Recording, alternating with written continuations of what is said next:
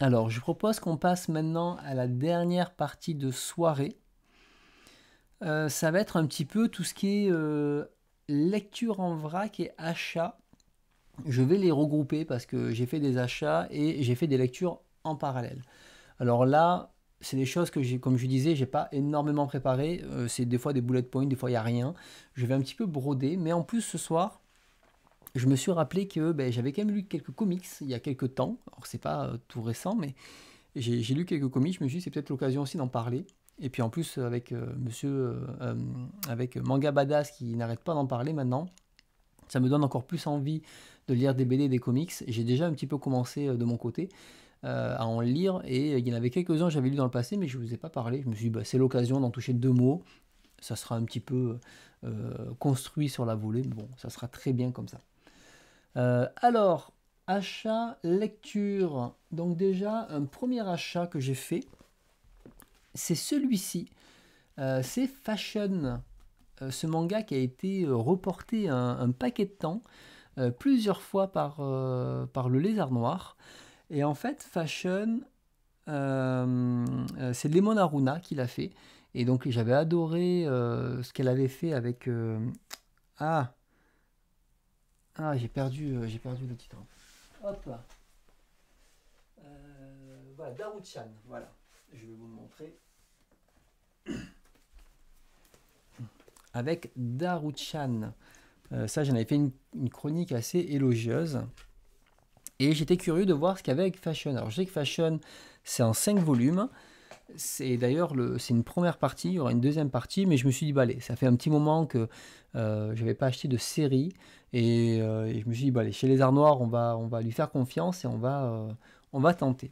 Et donc, de quoi faire le Fashion, en gros, on va suivre une personne dans l'univers de la mode qui organise pas mal de choses dedans.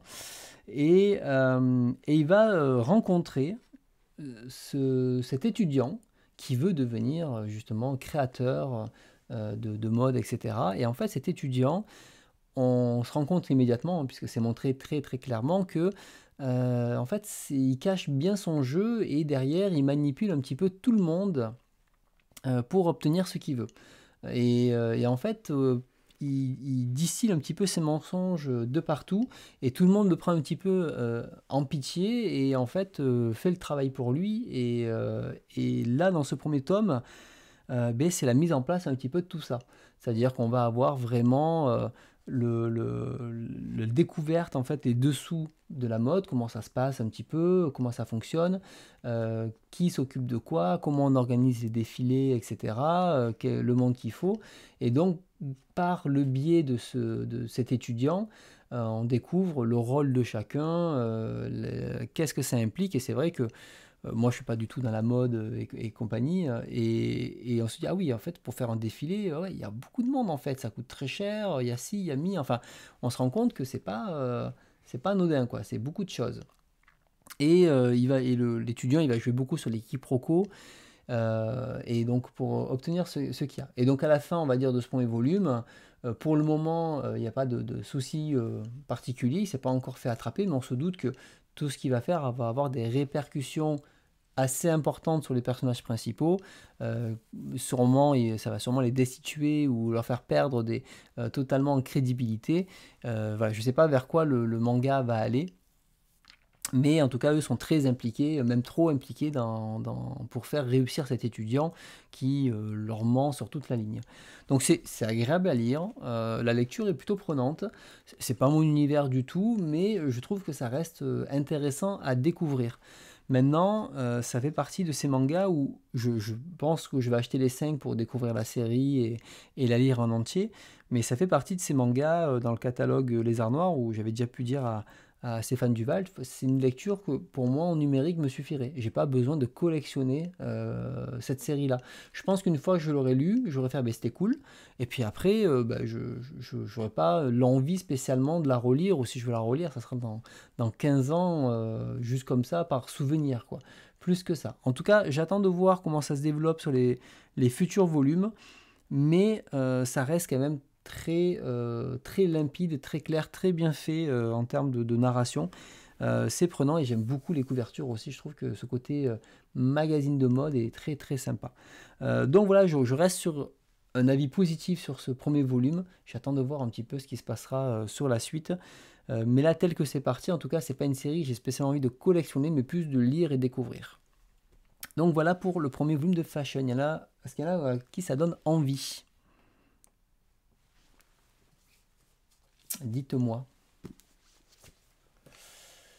Ensuite, non, c'est pas celui-là que je voulais sortir. C'est celui-ci. Pareil, en achat lecture, il y a Hirayazumi numéro 4 que j'avais acheté. Alors, je ne sais plus si c'était ce mois dernier, mais bon, c'est pas très grave. Et donc, pour ceux qui ne connaissent pas Hirayazumi, vous pouvez continuer les yeux fermés. C'est toujours super sympa à suivre. Alors, c'est sûr que là, je suis un petit peu moins dedans parce que du temps s'est passé, il faut se replonger dans l'histoire et compagnie, mais c'est plutôt cool. Par contre, le tome est assez fin, je trouvais ça un peu dommage, ça fait 160 pages, j'aurais bien aimé qu'il y ait un petit peu plus, mais on continue à suivre. J'ai vu que le volume 7, il y avait 7 volumes au Japon pour le moment, et là-dessus, voilà, l'histoire, donc Hiro, je crois qu'il s'appelle, non, Hiroto, voilà, qui est friteur, donc qui fait des petits boulots et qui accueille sa cousine qui fait des études d'art et qui aimerait devenir mangaka, mais qui l'assume pas. Et en fait, on suit un petit peu sa vie désordonnée, ses amis et comment la petite jeune s'ouvre en fait aux autres. Euh, et donc, voilà. Donc, je sais pas si moi je mettrai en pause ou pas, comme toi Boris, mais derrière, voilà. Pour l'instant, je le lis à la suite. Je pense que le 5, je risque de le lire à la suite, mais l'avis final, là, je peux pas vous dire c'est génial ou pas. Je sais que j'aime la série, mais je l'aurai apprécierai quand je relirai tout d'un trait.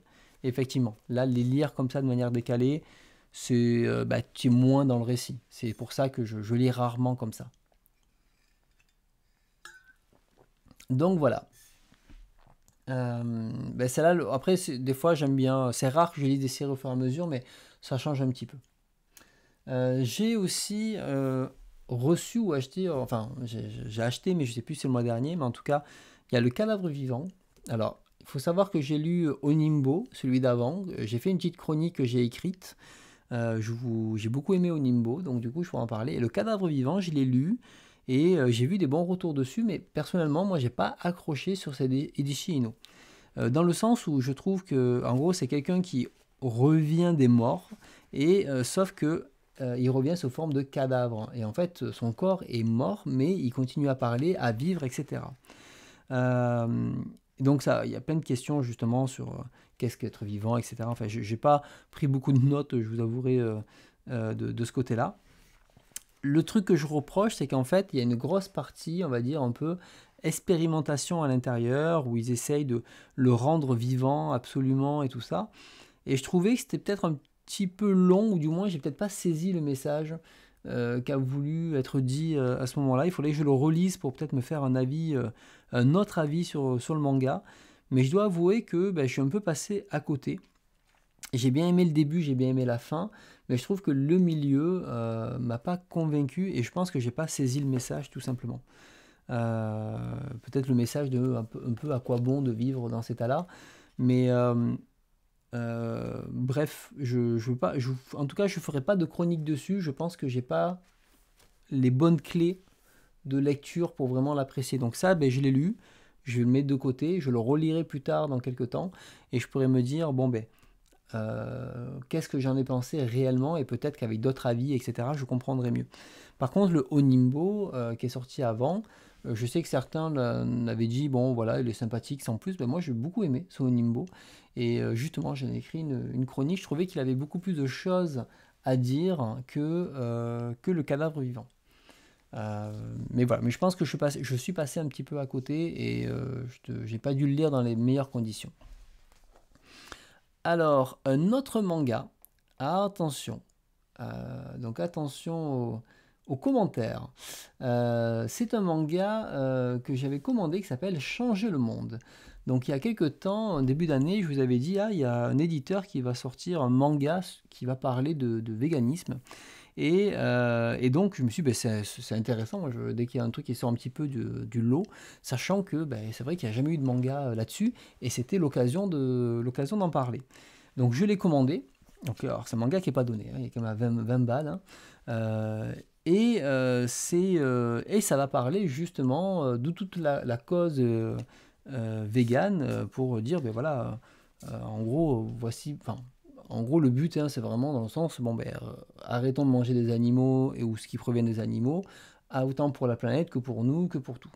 Et là-dessus, moi je suis pas du tout vegan, je suis pas végétarien, je suis plus flexitarien, on va dire, dans le sens où je privilégie beaucoup plus les légumes, féculents et compagnie que la viande. Moi, la viande, c'est un accompagnement quand j'en mange et c'est pas le plat principal. Donc, moi, je suis plus de ce côté-là. Je pourrais même passer limite végétarien, mais on va dire que dans ma vie de couple, c'est plus compliqué. Euh, et je me dis, bon, ça serait intéressant de le lire parce que ça permettra de comprendre aussi les enjeux de tout ça.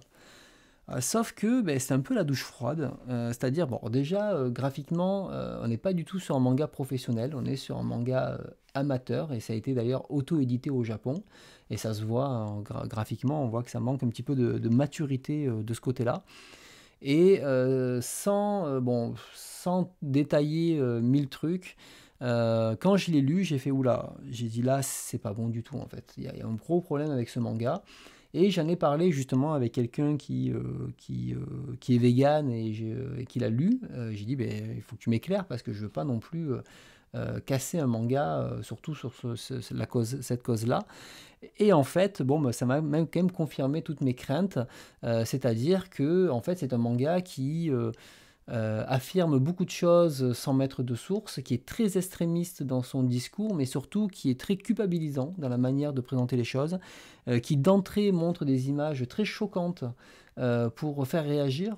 Et en fait, c'est un manga qui manque énormément de pédagogie. C'est-à-dire que quelqu'un qui achète ce manga, qui lit ce manga, au premier chapitre, il s'arrête. Et en fait, il rejette le truc en disant non, mais en fait, moi, j'ai pas envie de lire ça. Et stop. Et en fait, c'est un manga où c'est un éditeur qui s'adresse un petit peu à la famille et aux enfants. Et c'est un manga comment dire, en fait, tu ne donnerais à personne. C'est-à-dire que quelqu'un qui n'est pas vegan, tu lui donnes pas parce qu'en fait, ça va juste le rejeter en mode non, mais en fait, j'ai un peu l'impression que ça fait un peu limite conspiration dans la manière dont tu m'amènes les informations. C'est un manga qui mélange énormément entre véganisme et végétarisme et qui prend un peu ce qu'il arrange au moment qu'il arrange. Et c'est voilà, un manga qui affirme beaucoup de choses. Et surtout, en fait, la manière dont c'est apporté, c'est pour te choquer. Et moi, je trouve que c'est totalement à l'encontre de la pédagogie. Si tu veux accompagner des gens, non, au contraire, il faut y aller en douceur, leur faire comprendre pourquoi, leur montrer, et t'es pas obligé de montrer des animaux en train de se faire torturer, machin et compagnie pour ça. Et c'est ce qu'il y a. Et malgré le dessin un petit peu amateur, ils sont très explicites. Et moi, je vois même mal une famille végane donner ça à leur enfant pour leur faire comprendre le truc, tellement que le contenu, j'ai trouvé ça assez choquant en fait. Et à part plaire à des végans très extrémistes dans leur manière de véhiculer le message, finalement, c'est dommage, c'est un essai qui est totalement raté en fait, mais totalement raté. Alors, je sais que c'est un manga qui va pas attirer un milliard de foules, hein, on est d'accord, mais ça aurait pu en tout cas attirer la curiosité de certains en se disant bon, j'adhère pas, mais au moins je veux comprendre et mieux en tout cas pour ma culture personnelle, voir les tenants aboutissants de ça. Et ce qui est bien, on est ouvert d'esprit. C'est pas parce que on n'adhère pas à quelque chose qu'on n'a pas le droit de comprendre et de lire des choses dessus. Au contraire, c'est faire preuve d'esprit là-dessus.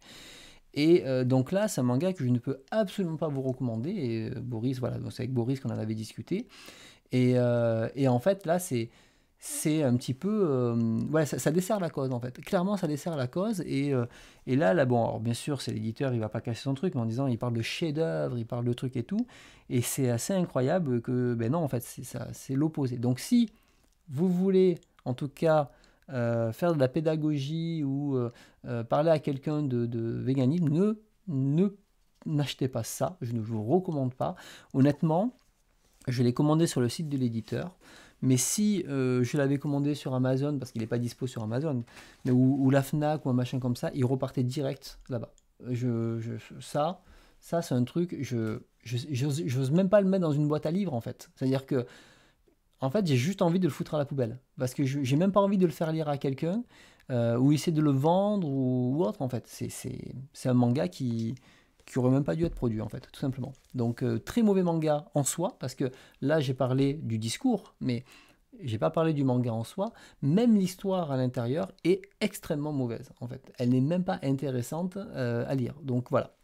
Pour tous les plans, je m'arrête là parce que je pense que ça sert à rien d'aller plus loin avec ce manga. Mais vous avez compris que si vous étiez intéressé par ça, ce n'est pas la bonne porte d'entrée, en tout cas, derrière. Donc voilà, et oui, voilà, ça serait dommage en fait qu'il y ait ça, quoi. Donc, comme tu dis, Alligato, que finalement quelqu'un apprend ça et puis s'en sert comme exemple, et finalement c'est nul. Et en plus, en termes d'histoire, elle est vraiment mauvaise, quoi. Tout est mal amené, tout va en même temps, c'est pas thématisé, voilà, je sais pas. Moi, en tout cas, j'en suis pas sorti grandi de ça, j'ai rien appris spécialement. Au contraire, je suis sorti de là même en mode plus sceptique en fait. Sceptique du truc, alors que c'était pas du tout le but. Et moi, je comprends tout à fait. J'ai des amis qui sont véganes et tout, donc dans le sens où ils m'ont déjà expliqué leur cause, vegan, végétarien, etc. Ou des fois, bon, ils ont dû faire marche arrière, des fois ils revenaient, etc. Enfin, selon les trucs. Donc, je suis déjà conscient de ça. Et en fait, ce manga-là m'a pas, au contraire, ça ne peut pas aider. Tu l'as très bien résumé, Alligato Podcast, ce n'est ni représentatif du véganisme, ni d'un bon manga, donc n'y allez pas. Voilà pour changer le monde, et j'espère que l'éditeur verra mon message, et le message de choisis mieux, parce que là, c'est pas bon, quoi. C'est pas bon du tout, quoi. Sinon, oui, alors je l'ai pas lu, Starving Anonymous, mais effectivement, il vaut mieux utiliser comment dire, une parabole, je sais pas, j'ai plus le terme là, mais plus clair en disant on va remplacer les humains, enfin les animaux par des humains, et là, à la limite, c'est parlant. Au moins c'est clair que l'autre, non.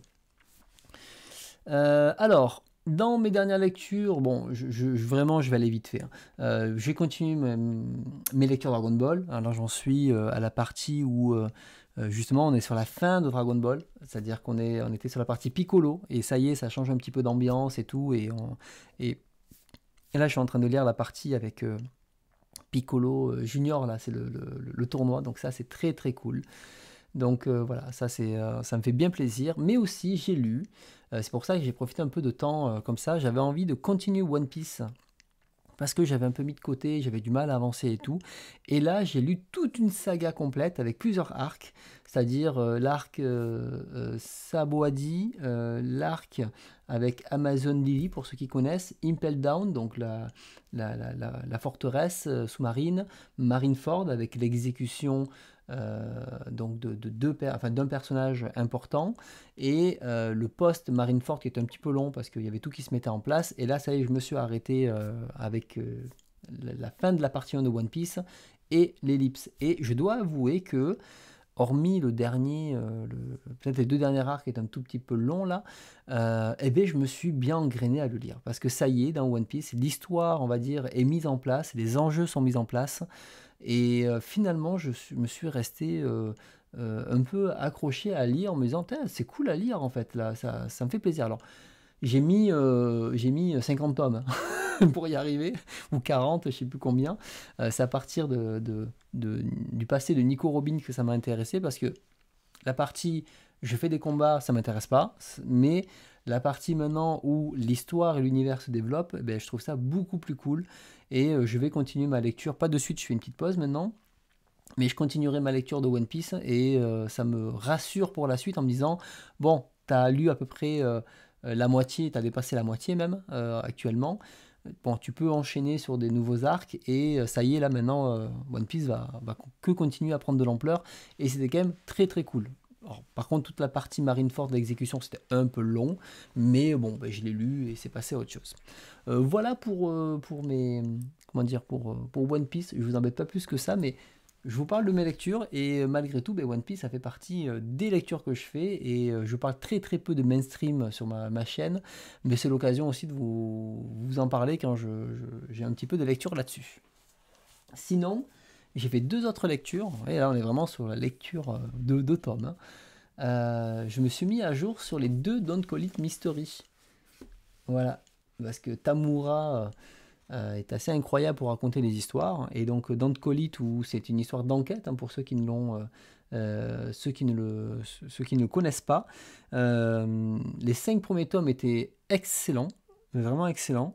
Le 6e tome est un tout petit peu en dessous. Pourquoi? Parce qu'en fait, le héros principal n'est pas dans l'histoire principale, qui dure les 3 quarts du volume.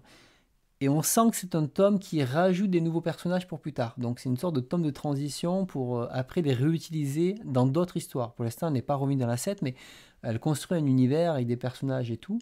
Et ce qui fait que ben, dans le 7, où là on a le retour de notre héros Totono, et ben, du coup le 7 était excellent aussi à lire. Très très cool à lire, avec une enquête encore dans un chalet. Derrière, avec des retournements de situation. Alors c'est très verbeux, hein, Don Collins. Je sais pas qui le lit, qui le suit, mais en tout cas, voilà, je peux que vous recommander la lecture de la série, à découvrir Tamura et à soutenir Tamura aussi. Donc parce que ben, c'est pas des grosses ventes et si on veut avoir du Tamura en France, ben, il faut soutenir. Donc Don't Call It, très content de l'avoir lu. Moi je vous les conseille. Alors, c'est une série qui va être longue, hein, je ne veux pas le cacher, mais même si je les achète en physique, je les achète vraiment plus pour soutenir, parce que au début, les versions Noévé numériques étaient pas terribles, et là, actuellement, il n'y en a plus. Donc, j'ai commencé à les acheter en physique, je continue à les acheter, et puis bon, ça me dérange pas de continuer quelques séries comme ça en physique. Après, achat et lecture suivante, celui-ci, Blackjack numéro 3, puisque le 4, il n'y a que les personnes VIP qui l'ont reçu. Et ben du coup, voilà, ben, toujours un régal de lire Blackjack, surtout par petits bouts comme ça, c'est beaucoup plus agréable. Et il y a quand même quelques chapitres assez chauds, hein, dans celui-là. J'essaye de me rappeler là. Alors moi ça me fait plaisir parce qu'il y a plein de personnages, je reconnais plein de personnages derrière. Mais voilà, des histoires souvent très noires, hein, sur l'âme humaine, etc. Il y a plein de choses hyper intéressantes dessus. Donc c'est vraiment une série, enfin Blackjack, c'est une série qui dénonce beaucoup de choses et tout, et c'est très très cool. Voilà, beaucoup aussi de belles planches d'opération et tout. Donc je vous conseille, voilà, celle-ci par exemple. Alors c'est pas une histoire, c'est une histoire qui est connue, hein, c'est les bébés dans la consigne. Alors est-ce que je l'ai là? Elle est où? Ouais, là. Où un bébé se retrouve, voilà, dans une consigne de gare, et en fait il y a une voyou qui va s'en occuper. Et voilà, on a tout ça. Et franchement c'est très cool à... Alors par contre voilà, il y a des brûlés, des machins, enfin c'est... Il est assez cru Tezuka, hein, sur la représentation là, des malades et des corps, quoi. Sinon, là, on va parler que des achats. Il me reste 4 achats avant de passer. Ah non, ah si, si. J'ai une autre lecture avant. J'ai une autre lecture qui est celle-ci. Alors, j'avais oublié, mais j'ai acheté avec mon petit argent, hop, 2 mangas en numérique, le volume 1 et 2 de Thunder Tree. Qui a lu Thunder Tree? Parce que j'ai Max et Pedro qui m'ont dit lis-le, le premier volume était excellent, il faut absolument que tu le lises et compagnie. Et donc j'ai acheté les 2 premiers volumes en numérique sur Kobo, et donc du coup j'ai pu le lire. Alors qu'est-ce que c'est Thunder Tree? Donc Thunder Tree, ça commence avec un graphisme très très très particulier. En fait, ce sont des personnages d'animé, d'accord? Donc qui vivent, on va vite le comprendre en fait, partir, alors c'est un peu cru, mais bon, c'est pas méchant, mais...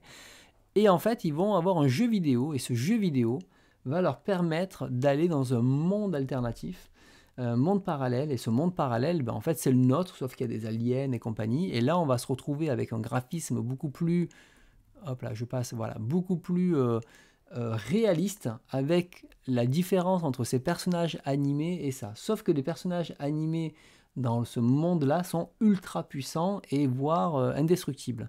Et la petite fille va se faire kidnapper, ils vont essayer de la retrouver.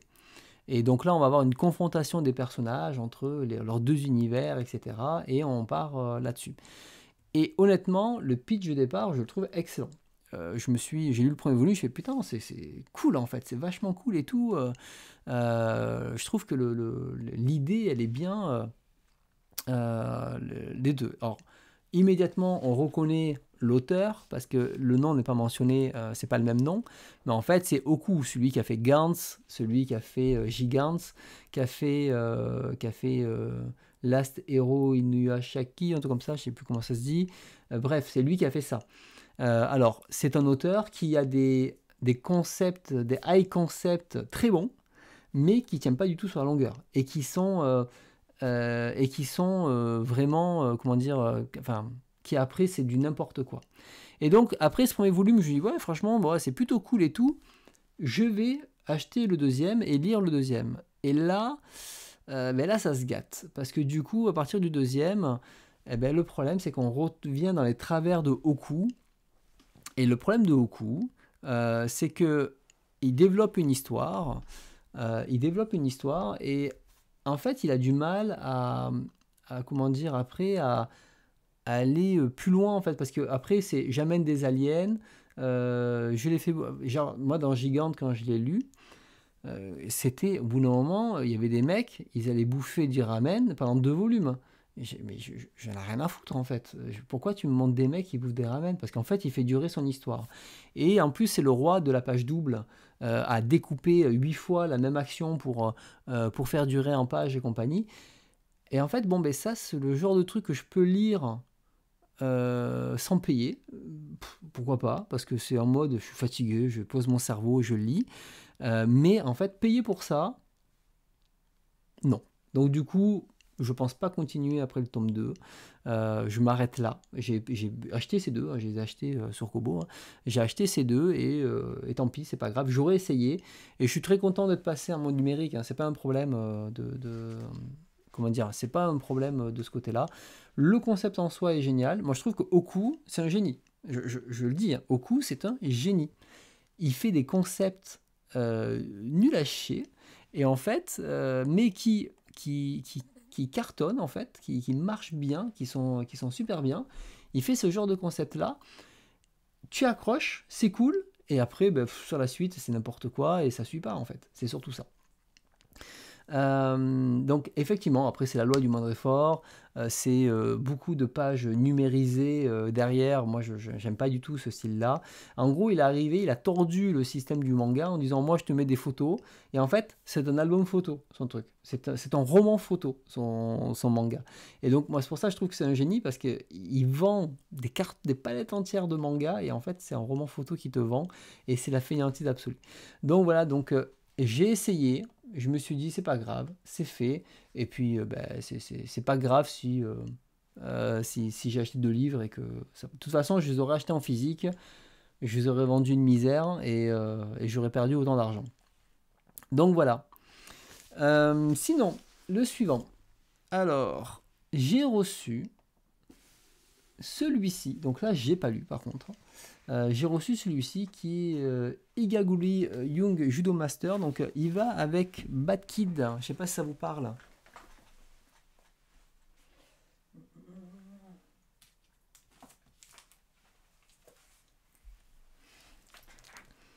Bad Kid qu'on avait recommandé dans un bunko. Et ça y est, il a été réédité. Donc c'est l'occasion pour vous de le découvrir. Où c'est un manga donc de 1950, non, de 1947 sur le baseball. Et là c'est la même, mais version judo. Et là c'est de 1952. Alors là c'est un format qui est plus grand, c'est cool que ce soit plus grand justement. Beaucoup plus de pages. Et là on va avoir ce format carré qui va raconter les histoires de ce judoka. Bad Kid j'avais adoré. Ça, j'ai pas encore lu, donc je peux pas vous dire de quoi ça parle exactement, si c'est bien ou pas. Mais en tout cas, ça me donne beaucoup envie de le lire et de le découvrir, sachant qu'à la fin, il y a un énorme dossier en anglais qui explique justement tout ça. Donc là, j'ai de la lecture, je vais pouvoir m'amuser avec ça. Bon, j'ai acheté en attendant le volume 3 l'abomination de Dunwich, donc avec Kiyun qui, niveau prix, se fait bien plaisir maintenant à 18 balles le bouquin. Donc ça, c'est un peu abusé. Ils auraient pu faire des efforts là-dessus, mais bon, ça se vend, ils s'en moquent, hein. Donc voilà, donc volume 3, et d'ailleurs ils ont commencé à les sortir en numérique, en qualité dégueulasse. Voilà, je vous le dis, n'achetez pas les versions numériques, elles sont vraiment mauvaises. Donc volume 3 on lira, et après j'ai acheté bien entendu le breakdown de Takao Saito. Alors il faudrait que je lise le premier au moins pour le plaisir de le découvrir, mais je pense que je vais attendre les 5, parce que je suis pas pressé, et je vais lire les 5 d'un coup. De toute façon c'est Saito. Saito, je lui fais confiance pour me faire une histoire qui tient sur la durée, même si j'ai pu voir des retours où c'est un peu cliché, etc. En même temps, c'est un manga de son époque, j'ai envie de dire. Donc je suis pas surpris qu'il y ait des personnages clichés. On raconte pas les mangas des années, je sais plus combien, quoi, 80, 90, je sais pas de quand il est celui-ci, comme on les raconte aujourd'hui en fait. Donc voilà, je sais pas si c'est marqué. En 2001, c'est si proche que ça. Alors si c'est 2001, effectivement, on peut critiquer. Voilà, ça y est, je change ma veste directement. Non, plus sérieusement, voilà, je ne serais pas surpris que ce soit un peu caricatural. Mais ça me donne envie. En tout cas, l'édition est cool. Moi, j'aime beaucoup. Donc, j'avais pas pu acheter encore des nouvelles éditions chez Vega Dupuis comme ça. Je les découvre et je trouve très bien. Moi, je trouve que ce format-là, cette souplesse, ce truc-là, moi, je trouve que c'est un très bon format pour lire et tout. Donc, très très bien. Et après, on en a parlé tout à l'heure. C'est le dernier, c'est Lyrica. Lyrica avec un dessin, je suis obligé de vous l'enlever de l'enlever du truc. Voilà, ça on peut. Voilà, avec ce dessin là très très fin à la Maruo. Non, ça non. Ça a l'air barré, hein. Hop là, avec des planches, voilà, comme ça. Après, il y a beaucoup de fusion de corps, je dirais. Hop là, non, ça on peut montrer. Donc voilà, donc ça, je sais pas du tout ce que ça vaut, mais je sais qu'on en a parlé tout à l'heure et ça avait été pas mal apprécié. Donc voilà, donc j'ai pas mal de choses à découvrir, mais vous voyez, j'essaye aussi des fois de lire un petit peu ce que j'achète plus rapidement, parce que j'ai plein de mangas qui se cumulent là-bas, et au final, à chaque fois, ça prend du temps. Alors il y a d'autres lectures que j'ai fait. On va sortir un tout petit peu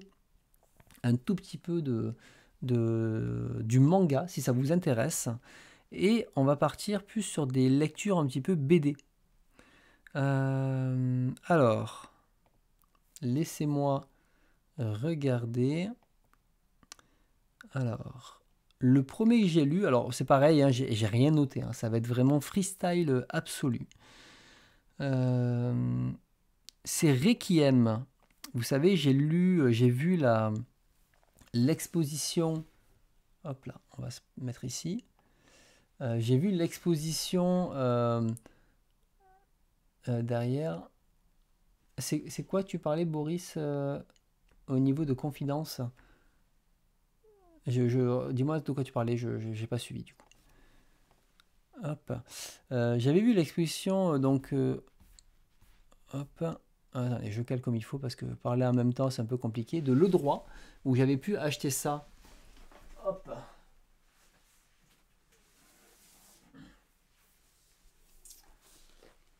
Un gros bébé, un gros artbook.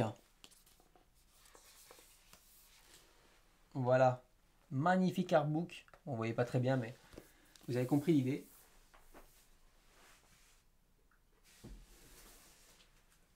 J'avais été assez bluffé par le truc.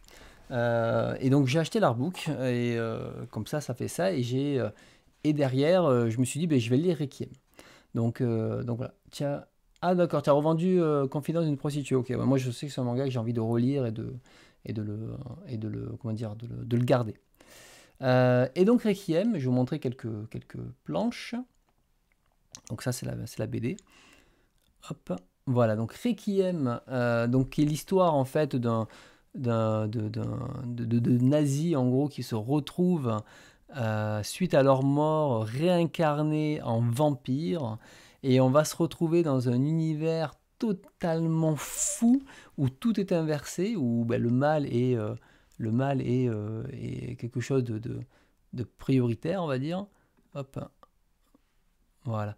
Où le mal, voilà, le mal ça, alors c'est Nécropolis, voilà, Nécropolis, où justement les gens ceux qui sont d'apparence les plus jeunes en fait sont les plus vieux, et les plus vieux sont les plus jeunes, où bien sûr la mort est un truc de délectation, et il va y avoir en fait tout cet univers qui va se développer au fur et à mesure, et une histoire d'amour qui va se développer aussi, où en fait quand il était vivant, donc Requiem, aimait une femme, sauf que bien sûr cette femme était juive. Et là, dans le truc, eh ben, elle se retrouve encore opposée, mais il ne sait pas pourquoi, il a envie de les retrouver, alors que si tu te réincarnes en vampire, c'est que tu as été le plus gros mais fils du pute de la Terre, quoi. Et, euh, et en fait, moi personnellement, j'ai kiffé ma lecture. J'ai lu je sais plus, 11 tomes qu'il y a aujourd'hui. Et à chaque tome, en fait, c'était la découverte de l'univers, un univers qui est justement extrêmement riche, extrêmement détaillé, dans le sens où on sent que l'auteur prend beaucoup de plaisir comment ça s'appelle, prend beaucoup de plaisir à faire de l'humour, à offrir un univers totalement décalé par rapport à ce qui peut être attendu. Voilà, ce genre de truc là. Plus ça allait, et plus en fait l'univers se développe, on découvre justement les autres pays, on découvre les autres fractions avec leurs habitudes, leurs trucs, il y a des complots, enfin il essaie de développer l'univers comme ça. Et en tout cas, moi j'ai beaucoup aimé l'histoire et l'intrigue. Maintenant, il ne faut pas s'attendre à une intrigue ultra complexe. Je veux dire, c'est quelque chose assez simple, mais là où vraiment j'ai surkiffé, c'est les dessins. En termes de dessin, je trouve que c'est incroyable au niveau de ce qu'il propose. C'est vraiment, mais vraiment magnifique. Alors chaque fois, ça commence sur une scène du passé. Et il y avait des cases, mais je restais mais bluffé devant la case. En plus, moi, j'ai les élus sur ma tablette. Et je zoomais sur ma tablette, je regardais le truc, c'était incroyable. Mais vraiment, j'avais l'impression d'être dedans, c'est ultra détaillé, c'est magnifique. Après, c'est de la BD dans le sens où ben, ça va un peu vite, il n'y a pas le temps hein, des fois. Mais c'est quelque chose que je me suis éclaté pour l'expérience en fait que ça procure. Moi, je pense que c'est surtout ça qu'il faut voir Requiem dessus, c'est l'expérience que procure la BD. C'était assez incroyable. Alors justement, c'est bien que tu en parles. À partir du tome 8, c'est vrai que les tomes 9, 10, 11, même 10, surtout 10, 11, sont un petit peu plus concentrés sur de l'action, et peut-être un petit peu trop, effectivement. C'est ce que j'ai ressenti aussi en le lisant. Mais moi, je lui pardonne parce que on arrive à la fin de la série, les grands enjeux là sont en place. Il y a eu pas mal de rebondissements et tout. Et là, bon, ben, du coup, c'est un peu normal qu'il y ait de l'action et des personnages. Et on a vraiment des planches qui sont mais vraiment, vraiment sublimes en fait. Et puis il faut le lire en fait pour vraiment se rendre compte à quel point c'est le travail de fou qu'il y a dessus. Et puis j'adore aussi la manière, enfin il a une manière de dessiner les femmes ultra sexy, mais vraiment superbe. Ça, j'adore sa façon de dessiner, quoi. Et comme tu dis, il y a beaucoup de références. D'ailleurs, dans les derniers volumes, il y a des références de hard metal, tout ce que tu veux. Et là, il y a des références de partout. Et puis même, il y a plein de jeux de mots, de blagues, que je pense que si t'es pas français, de dire certains trucs, ça doit être compliqué à traduire. Vraiment compliqué à traduire.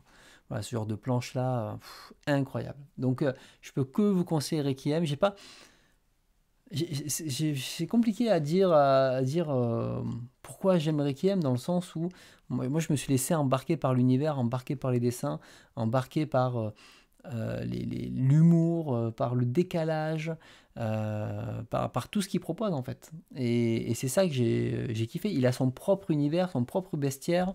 Je trouve les armures, j'aimerais bien mettre du Dracula par exemple. Quand Dracula arrive, c'est juste mais incroyable, incroyable le truc. Je sais pas s'il y a une... On le voit en couverture, je vais mettre la couverture. C'est incroyable, et en fait, il en fait, mais, il en fait des caisses avec les armures, la manière dont la manière dont les personnages sont habillés, toujours dans l'extrême et compagnie. Et voilà, c'est pour ça que j'ai vraiment, ça va s'ouvrir, j'ai vraiment mais kiffé ma lecture, quoi. Hop, j'essaye de trouver des... Voilà, après, beaucoup aussi de... Ça fait très alien dans certaines planches. Enfin, et puis chaque univers a son ambiance et tout. Voilà, je trouve ça assez ouf, en fait. Ouais, j'ai pas trouvé de planche où l'autre est lié. Enfin voilà, donc voilà si pour Requiem. Et donc j'attends la suite derrière. Une autre série que j'ai lue, alors celle-ci, c'est une série souvenir parce que je l'avais lue il y a longtemps, c'est Megalex. Megalex, c'est une série qui va dans l'univers de Linkal et compagnie, si je ne me trompe pas, dans les univers autour. Et c'est pas une série que je peux vous recommander absolument. Et en plus, les deux premiers volumes ils sont en 3D, comme ça. Donc à l'époque, ça faisait bizarre déjà. Et en fait, c'est une série qui est très particulière, dans un univers totalement... les mecs sont tous drogués, tous fous, et compagnie. Enfin voilà, l'univers est assez ouf. Et l'auteur, donc c'est Jodorowsky, je crois le scénariste, a une capacité à créer des univers et des ambiances qui sont assez dingues. Et je trouvais que je me suis bien régalé à le lire. Alors, c'est une première partie, il n'y a jamais eu de suite. En soi, ça se termine, on va dire, cette première partie. Mais c'était assez fort. Pareil, toujours des corps très sexy et compagnie. Et le troisième volume, ils ont changé de style. Ils sont revenus vers un style beaucoup plus dessin, comme vous pouvez voir ici. Donc là, un dessin beaucoup plus abordable, beaucoup, voilà, enfin, pour les personnes. Et donc j'ai lu ça et en fait, je l'ai relu, je l'avais lu il y a très très longtemps et ça m'a fait plaisir de le relire en fait, de ce Megalex. Donc c'est pas un truc que je peux vous conseiller, mais je pense pour ceux qui connaissent les univers de Linkal et tout, c'est un truc que vous avez dû vous régaler dessus. Et j'avais envie de me le relire et de le redécouvrir. En BD, j'ai lu que ça. Que ça. Ça m'a fait quand même 11 tomes plus 3 tomes, donc c'est quand même pas mal de ce côté-là. Mais en comics, j'avais lu des trucs plus ou moins récemment. Et c'était... Alors, c'est ici, voilà. Donc le premier, vous savez, on m'avait prêté V pour Vendetta il y a longtemps. J'avais pu en parler sur la chaîne, mais ça remonte à bien 1 an et demi, 2 ans. Et entre-temps, on m'a prêté Watchmen. Alors en attendant, j'ai récupéré une version numérique pour vous montrer. Et Watchmen, qui était une lecture quand même assez longue, hein, parce que ça parle beaucoup à l'intérieur de Watchmen. Alors attends, le reste c'était quoi? C'était ça. Voilà, je vais aussi télécharger les autres. Et celui-ci. Voilà. J'attends que ça s'ouvre. Et Watchmen, c'est une lecture qui m'a beaucoup plu, alors qui était assez longue parce qu'il y avait des chapitres intermédiaires aussi. Et, et en fait, ça reprend le concept de super-héros, mais ça y est, qui sont totalement dépassés, dans le sens où on veut plus d'eux, c'est un peu les rebuts de la société et tout, sauf qu'il y a une série de meurtres qui se passent, et il y en a qui remettent, on va dire, leur cap pour essayer de comprendre ce que c'est. Sauf que c'est pas tous des super-héros avec des pouvoirs et compagnie. Et je trouvais que tout le discours qu'il y avait dans Watchmen, alors ça fait longtemps que je l'ai lu, donc j'essaie de me rappeler un petit peu, était super intéressant. Hop. Alors laissez-moi ouvrir. Ouais, c'est pas ici. Donc c'est bon. Il était super intéressant. Hop là, je vous mets. Alors le film, je connais pas par contre. Voilà. Donc avec un meurtre comme ça. Alors par contre, ça fait un peu plus ancien en termes de couleur, en termes de tout. Et donc voilà, c'est lui qui va se mettre à enquêter malgré tout. Pourquoi on tue ces gens aujourd'hui? Qu'est-ce qui se passe, etc. Et en fait, ça va commencer à ouvrir beaucoup plus de questions. Et on va avoir un personnage que j'aime beaucoup, qui est le personnage bleu. Là, j'ai perdu le nom. Hop là. Je sais pas si on va le voir. Voilà, lui. Voilà, ce personnage-là qui est une sorte de personnage omniscient qui a tout, qui justement à un moment, ben, en fait est un peu le protecteur en fait de l'Amérique. Ils vont un peu se le mettre à dos à un moment. Et je trouve qu'il y a toute une partie avec lui qui est hyper intéressante sur ce côté où lui c'est plus un humain en fait, il est tellement au-dessus, il voit tellement autre chose qu'ils n'ont pas du tout les mêmes préoccupations. Euh, et, et la fin, j'ai beaucoup aimé la fin avec un autre personnage qui fait du mal pour faire le bien entre guillemets. Et ça pose plein de questions aussi euh, éthiques sur les actions qui mènent. Et même si là j'en parle de manière très très mal et j'en ai bien conscience et j'en suis désolé, c'est une série que je vous conseille qui est vraiment vraiment excellente. Donc ceux qui ne l'ont pas lu, vous pouvez y aller, c'est un très bon comics. Alors il y a des passages comme ça avec pas mal de lectures et tout. Au début je lisais puis après j'ai passé parce que j'avais un peu de mal à me projeter dedans. Mais c'est un truc que j'ai. Comment dire que si je dois le relire un jour, là, cette fois, je prendrai le temps de le relire. Et c'est vrai qu'avec des comics comme ça, quand tu l'achètes, t'as vraiment de la lecture, hein. C'est très très long à lire. Donc voilà, donc ça, j'ai beaucoup aimé. Un que j'ai moins aimé, qu'on m'a prêté aussi. Donc pareil, j'ai récupéré une version numérique de ce côté-là. Que j'ai pas aimé, c'est Killing Joke, qui est une, une revisite, on va dire, de Batman et du Joker. Euh, et c'est pareil, tout le monde dit ouais, ça c'est génial et tout. Et en fait, c'est souvent le problème que je reproche un petit peu à tous ces comics de super-héros, et c'est pas le premier, je vais faire le même reproche après, c'est que si on n'est pas trop dans l'univers, on connaît pas trop le background de ces personnages, on se retrouve en fait à découvrir des personnages, découvrir des choses qui bah, finalement te parlent pas en fait, tout simplement. Et quand tu le lis, bah, en soi c'est peut-être bien, mais moi ça me, je me suis un peu ennuyé et je trouvais un peu l'œuvre un peu courte pour vraiment me plonger dedans. Donc c'est pas un truc que je pourrais vous conseiller en tout cas si vous découvrez les comics. Et c'est pareil, c'est le même, c'est un Spider-Man qu'on m'a prêté aussi, qui s'appelle l'Empire. Attends, je vais revenir. Où c'est un Spider-Man qui est tout vieux, qui a. Attends, je vais revenir au début. Qui a, on va dire, pris sa retraite. Alors, par contre, j'aime beaucoup la couverture. Qui a pris sa retraite en fait et qui va se retrouver à devoir remettre en fait son costume. Voilà, c'est lui là. Et donc, je trouve que, ben, pareil. À un moment, il y a tous ces ennemis qui reviennent, le combattre et tout, et en fait, c'est pas introduit, tu sais pas qui c'est, pourquoi, et ça parle vraiment aux fans, en fait, aux fans qui connaissent l'univers et qui savent décrypter tout ça. Alors peut-être que je suis un peu dur avec ça, mais je me suis pas retrouvé. Il y a certains, bon, je les connais, moi je suis pas très, j'ai pas vu tous les films, hein. Bon, lui, ok, je le connais, mais je connais pas son passé, je connais rien, donc ben, c'est bien, mais ça fait plus un peu, on fait plaisir aux fans, quoi. Donc, ça, c'était un comics que j'ai lu et j'ai pas plus accroché que ça. Euh, donc voilà, et le dernier que j'ai lu, c'est Providence. Providence, alors ça va s'ouvrir. Providence avec. En revanche, j'avais lu le Necronomicon, je crois pas vous en avoir parlé. Mais en gros, c'est deux séries qui reprennent l'univers de Lovecraft. Donc Alan Moore. Donc Alan Moore, il a quand même une écriture qui est assez incroyable. Ça reprend l'univers de Lovecraft, mais en étant à la fois méta, c'est-à-dire qu'on a Lovecraft à l'intérieur de la série, qui se passe lui-même dans son propre univers et qui découvre en fait son propre univers. Et en soi, euh, en fait, je trouvais que la partie BD, la partie comics, était pas hyper passionnante. Elle était très figée, vous voyez, le découpage, il est très très figé, toujours identique.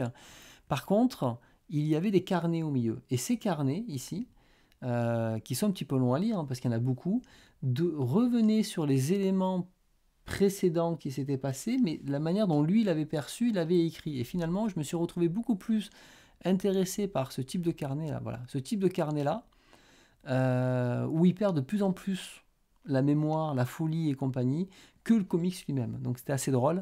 Ouais, des fois, il y a beaucoup de textes, hein. Donc c'était intéressant à lire et il y avait une accumulation au fur et à mesure, même si elle est un petit peu longue à venir, une accumulation d'événements à venir qui à la fin prend tout, qui explose quoi. Mais, euh, mais c'est vrai que la partie comics, je l'ai plus subie et j'étais surpris de finalement aimer la partie juste texte, quoi.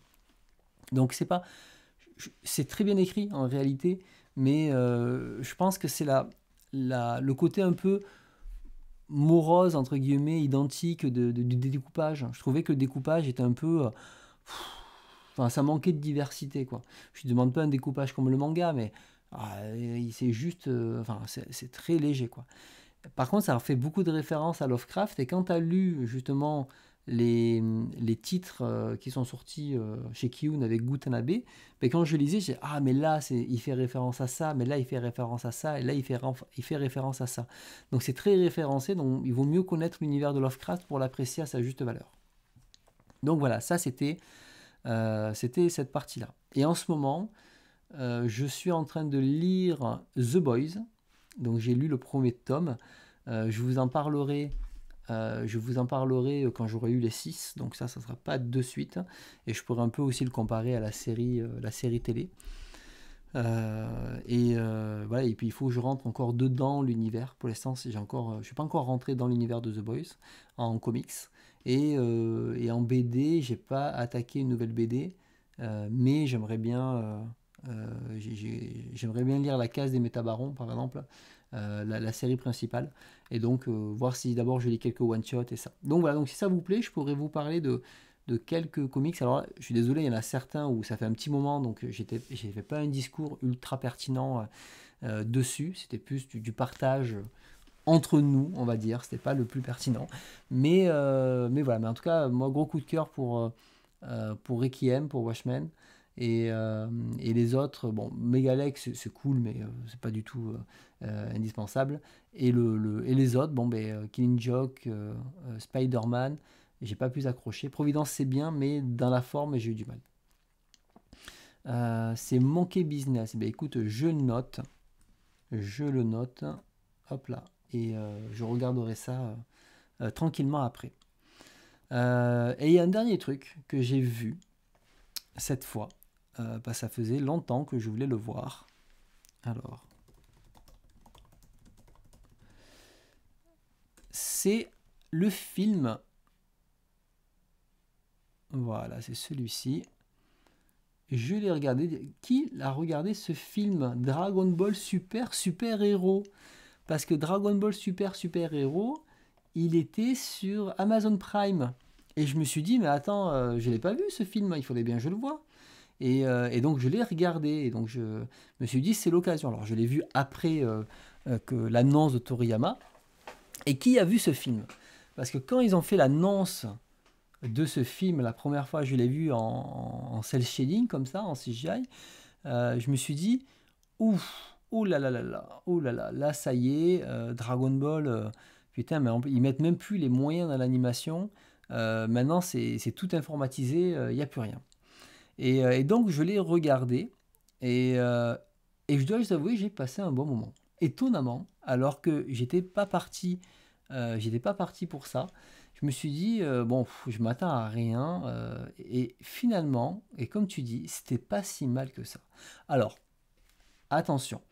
C'est-à-dire que il y a des aspects positifs, mais quand je fais la liste des positifs et des négatifs, j'ai une liste longue comme le bras du côté négatif. Mais pourtant, j'ai passé un bon moment de visionnage. Du moins, surtout, on va dire, les 2 tiers du film. Et le dernier tiers, c'était un petit peu long parce que on était sur un combat à la DBZ et ce combat avait très peu d'intérêt. Euh, donc, alors, justement, on va en parler, Boris. On va rester un tout petit peu là-dessus. Déjà, bon, dans les reproches que je lui faisais quand j'ai commencé, c'est que c'est un titre qui est beaucoup trop près de la timeline Dragon Ball Super. C'est-à-dire que j'étais à jour sur Dragon Ball Super, dans le sens où je me suis arrêté à Black Freezer qui arrive, et j'avais pas lu les derniers chapitres, volumes. Et en fait, c'est un personnage qui déjà apparaît dans Dragon Ball Super, donc c'est-à-dire qu'il faut être à jour de la parution japonaise pour pouvoir voir le truc. Bon, ok, c'est pas grave, donc ça, c'est un peu le problème de vouloir absolument faire ce cross-média très lié entre le manga et les films, et finalement de ne pas se dire, bon, ben on va faire 2 choses indépendantes, parce qu'ils auraient pu tout à fait rendre ce film indépendant comme ils faisaient avant, et c'était très bien en fait, les films indépendants. Il n'y avait pas besoin de plus. Mais ce que je trouvais sympa, c'était de retrouver justement l'armée du ruban rouge. Moi, ça ne m'a pas dérangé de retrouver l'armée du ruban rouge, de faire cette île masquée, etc. Je trouvais que l'idée était plutôt bien et compagnie. Puis, mais comment une armée peut se développer? Non, non, elle est masquée en fait à l'abri de tous et compagnie. Donc ça, j'avais trouvé ça assez sympa. Bien sûr, on surfe sur une vague nostalgique, on va pas le cacher, etc. Mais je trouvais ça cool. Par contre, mais pourquoi avoir arrêté, enfin pourquoi avoir fait ça dans un film? Vous auriez pu tout à fait faire un arc narratif avec le ruban rouge. C'est un peu dommage qu'il ait juste fait un film, puisqu'à la fin, en théorie, il ne peut plus y avoir de suite, quoi. Tu vois, c'est un peu ça. Sauf que dans cette reprise de l'armée du ruban rouge, autant le début je l'ai trouvé très cool et très sympa et compagnie, et en plus c'est pas Goku et Vegeta qui sont les héros, donc un peu ce côté où on va quand même remettre en avant les autres personnages, notamment Gohan et compagnie. Le problème c'est que même si c'est très cool sur le principe, on retrouve beaucoup d'humour à la Toriyama, beaucoup plus de gags, beaucoup plus drôle. Ça, j'ai beaucoup aimé parce qu'on revient un petit peu aux sources. Ben, le problème, c'est que ça retombe dans des travers dans le sens où que tu me fasses revenir l'armée du ruban rouge, c'est pas un souci. Mais par contre, il faut être un tout petit peu plus innovant derrière. Et juste faire revenir des anciens ennemis, dont ce fameux Cell Max derrière, où tu lui changes la couleur et tu le mets en géant, ben, je trouvais ça dommage parce que au final, ben, ce sel, il ne parle pas, il n'a aucune profondeur, c'est juste un gros méchant puissant, on le tue de manière à l'arrache, et c'est fini. Et je trouvais ça un peu naze, sauf pour dire, ben, on a des nouveaux cyborgs qu'on va rajouter très certainement dans l'histoire principale. Et au final, ben, tu passes un bon moment, c'est pas un mauvais film en soi, mais il est très feignant, effectivement, il est très simple, et tu te dis, bon, bah, d'un côté, c'est pas si mal, mais quand tu commences à creuser, tu te dis, ah, bon, il y a quand même beaucoup de facilité, et en plus, ils se sont grillés des cartouches alors qu'il y a des choses qu'ils auraient pu exploiter. Moi, ce que je retiens surtout, c'est que on revient à un humour d'origine qui est beaucoup plus agréable, et je préfère ce film-là que les films comme La Résurrection de F ou la Bataille des Dieux, qui était surtout celui-ci qui était vraiment pas terrible. On revient quand même à un truc comme ça. Moi, finalement l'animation, je l'ai beaucoup aimé. Je pensais trouver ça nul et j'ai trouvé plutôt bien cette animation. C'était pas mal en fait. Ça ressortait cool. Il y avait quelques passages où tu fais ah c'est quand même cool et tout. Là il se transforme et tout. Par contre, bon ok c'est Shenron qui donne la puissance à Piccolo, mais bon, on n'était pas obligé de faire un Piccolo orange, enfin, ça c'était nul. Pareil pour Sangohan, c'est quoi ces cheveux argentés longs, voilà, le Gohan Beast un peu nul, etc. Et ça, voilà, ça c'est les travers de Dragon Ball Super, quoi. On revient dans ce côté où il faut une transformation parce qu'il faut vendre une nouvelle figurine, parce que derrière, voilà, il faut apporter de la nouveauté. Et en fait, il n'y a pas besoin tout simplement de faire ça. Donc, c'est pour ça que je disais au début, ben, en fait, j'ai trouvé le film, j'ai passé un bon moment. C'était pas, franchement, je m'attendais à bien pire et finalement, il est assez cool. Mais j'ai une liste longue comme le bras de défauts à dire à ce film. Donc, c'est très paradoxal en fait. C'est très paradoxal et je pense que il y a un peu ce côté nostalgique à marcher sur moi à ce moment-là où je me suis laissé un petit peu charmer par le plaisir du ruban rouge et compagnie. En plus, je le relisais en manga à ce moment-là, donc il y a peut-être fait écho, mais c'est vrai que là, il y avait plein de choses à revoir. Et oui, oui, après, et je suis d'accord avec toi, Boris, hein, je suis pas en train de dire que ce film est incroyable, au contraire. Tout à l'heure, j'ai dit plus de défauts que de qualité. Mais si on regarde l'ensemble, finalement, j'ai passé un bon moment. Et effectivement, je pense que c'est un film à regarder en famille, en fait. C'est un film où tu fais regarde, j'adorais Dragon Ball, viens, moi petit-fils là, enfin fils de geek, et je veux absolument que tu sois comme moi, et tout ce que j'aime, je veux te le partager. Eh ben tiens, on va regarder Dragon Ball ensemble, parce que de toute façon, avant c'était mieux, parce que je suis un boomer qui n'est plus capable d'évoluer que dans sa nostalgie, et donc puisqu'avant c'était mieux, je vais te forcer à regarder tout ce que je veux. Et Dragon Ball Super, eh ben, c'est la transition parfaite, parce que c'est récent, c'est vieux à la fois, et ça plaît à tout le monde. Voilà, ça plaît aux vieux parce qu'elle leur met du ruban rouge, et ça plaît aux nouveaux parce que c'est rigolo, aux enfants et compagnie. Donc, en soi, bah, c'est la cible, ils ont réussi. Maintenant, dans les films Dragon Ball Z, il y a une quinzaine de films. Si on fait le bilan de ces films-là, il n'y en a pas beaucoup qui sont incroyables. Il y en a plein qui étaient vraiment pas terribles, notamment les premiers.